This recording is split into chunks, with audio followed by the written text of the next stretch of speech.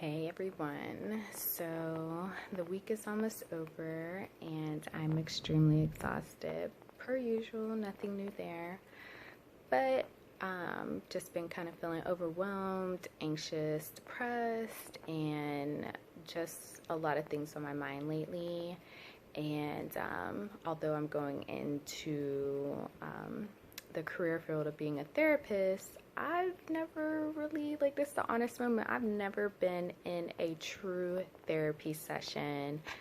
I can't even think, I don't think ever, and I know that sounds ridiculous, but to be honest, a lot of people that are in this field have never been the client, and that's the honest to God's truth. I thought about editing and making these videos cute, but I figure raw video is probably going to be more genuine than having, I don't know, all the extras. So today I kind of was feeling down and I thought to myself, I really need to think about what's making me feel depressed, and I'm probably need to speak to a therapist about it because there is a lot of deep-rooted issues that are going on. I mean, I'm an African American female living in America, 2017. Look at the news headlines. I mean, there's really a lot going on culturally, environmentally, socially, economically, politically. There are just a lot of trigger points that are happening, not just as a minority, but as a human being, as a U.S. citizen.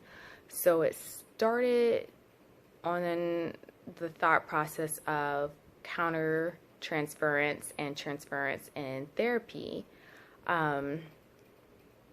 That's a real thing.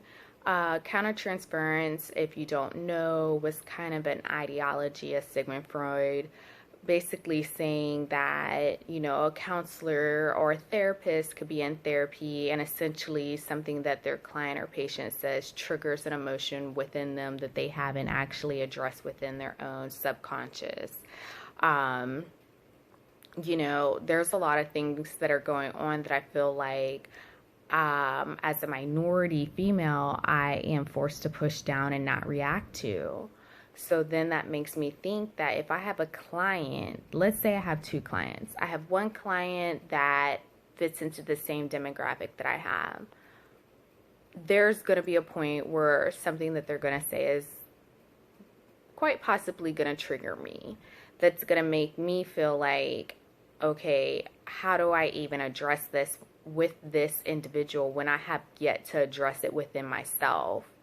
Or I can have a patient that is on the opposite side of my emotional stability. I can have a patient that perhaps triggers me in a completely different way where I'm like, I can't believe this is the type of personality that I've been struggling against. And here they are sitting in my office, and I'm having to basically work with this individual and separate out my own personal issues with their own issues in reality that they came to me to help address. So I really started to think about countertransference as a reason as to why counselors need counseling. We need counseling because most of us have gotten into this field because, let's face it, we all have issues and we're just trying to figure it out. Today I kind of laughed and I was saying, therapist, we get into this field and we say we hate people. We get into this field because we say we want to like people, so let's fix them so that we like them so that we can deal with them. That's kind of sadly the truth. I mean, a lot of people that I run into in this field, the mindset is it's not like they hate people. It's just that there's so many people that are walking around, including, us, crazy treating crazy, essentially, where you're really kind of like, I don't like people, so why am I helping people? It really comes down to you really are trying to understand the human psyche. I think that I want to be in this field because there's just so many times where I look at people and I'm just like, why are you the way you are? Why are you behaving in that manner? Sometimes it's environmental, sometimes it's neurobiological. I think that getting into this field, especially with the class that I'm in right now, psychopathology and looking at the DSM-5, it really actually makes me step back and go, you know what? This person may be behaving this way and they don't even realize it because they have not even been diagnosed. That's not to say that everybody that's acting a certain way is, it's a causation from some type of disorder. That's not the case at all, and it definitely does not excuse inexcusable behavior. No. But just today, I really had to have one of those epiphany moments where you're kind of like, okay, I'm at this job that's it's in the healthcare industry, but it's not related to what I'm going to school for. And so I really had to sit and think, I'm in a depressive state right now. If I'm at this point right now, what about when I'm actually face to face with a client? That's a reality check for myself. So I began to think, okay, I need to look up counselors in my area, because although I never really saw myself as a person that wanted to go seek help, because culturally, African Americans, we are the least likely to seek mental health because it's looked upon as a weakness, or, you don't need to tell your business to the world. I mean, we grew up, as don't be telling your business to people outside these four walls.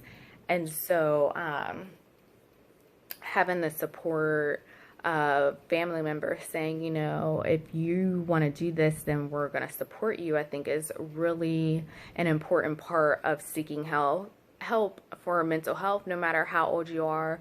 It's not even about being smart. It's not about you weren't raised right, because these, unfortunately, are a lot of the stigmas that are associated in the African American community of, oh, we don't talk about our help, you fix yourself, or get over it, or, you just don't talk about it, or you lash out in other ways.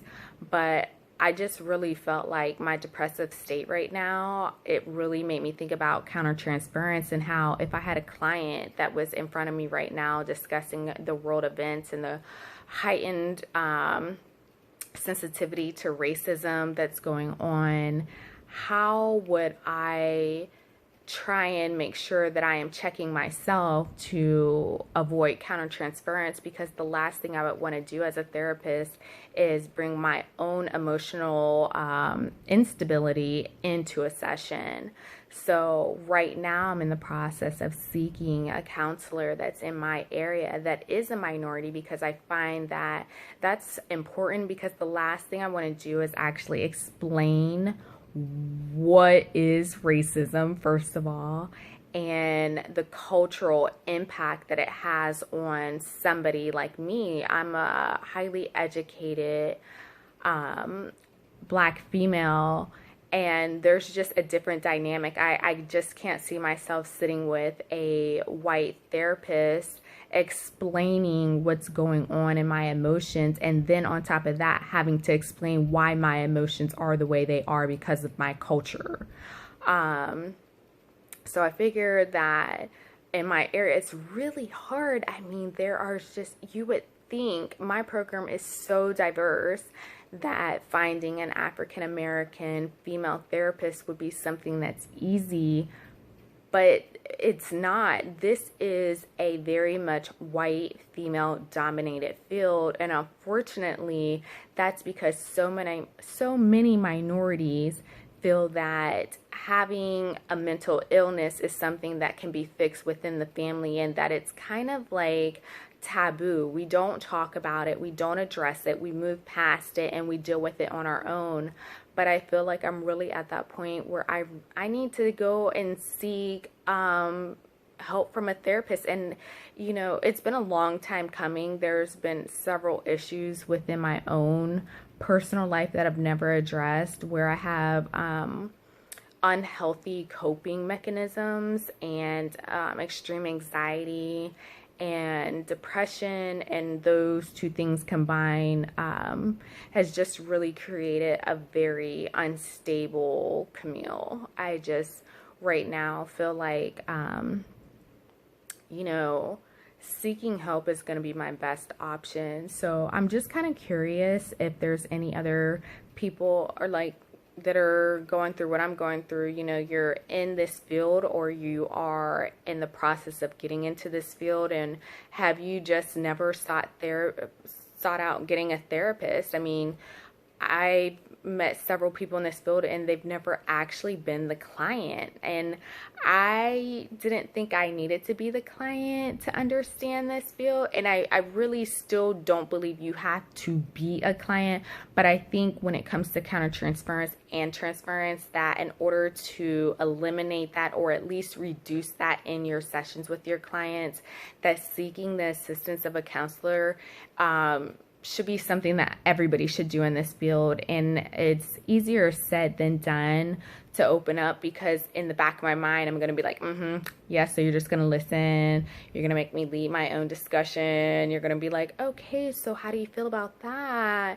You know, but I have to be able to talk to somebody that's outside of the people that I talk to, because you really do need an unbiased opinion that really doesn't know you, that's really listening at face value to what you say and allowing you to work through your own emotions without, as I say, like the hype game. Like if I'm angry and I'm hyped up, I don't need somebody to be like, yeah, you're angry. Yeah, I'm angry about that too. Like, why did that person do that to you? I would be pissed too. You know, I need somebody that's going to be a level-headed, that's going to say, you know what?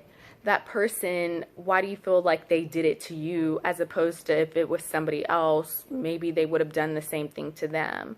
I don't know. I know I'm rambling right now, and it's like going on 10 o'clock at night, and I've been up since 4. But I just kind of wanted to get it off my chest, and, you know, I'm not going to even edit this to make it look cute. It is what it is, so night, y'all.